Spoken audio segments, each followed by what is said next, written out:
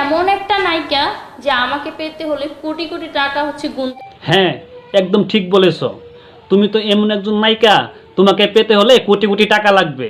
মানে আমাকে দিয়ে সিনেমা করানোর জন্য হচ্ছে হলিউড থেকে ডাক পড়ে যাবে যে না মেয়েটা আসলেই সুন্দর।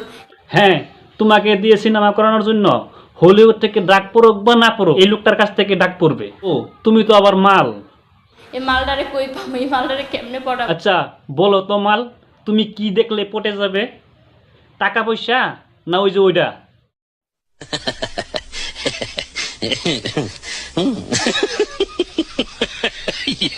আচ্ছা আমাকে দেখে কি বোঝা যায় আমার বিয়ে হয়েছে, বাচ্চা হয়েছে?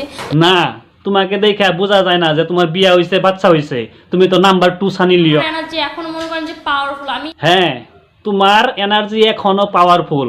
তোমাকে যদি রাতে দিনেও শুট করায়, তোমাকে হার মানাতে পারবেন না, তাই না? নাম্বার 2 সানি লিও।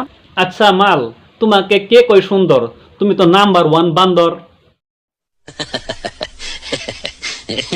নায়িকারা আছে যে মাঠ কাঁপায় আর কিছু নায়িকারা আছে যে খাট কাঁপায়, যারা আচ্ছা মাল, তুমি তো পুরো রুমটাই কাঁপাইবা বকসুদি।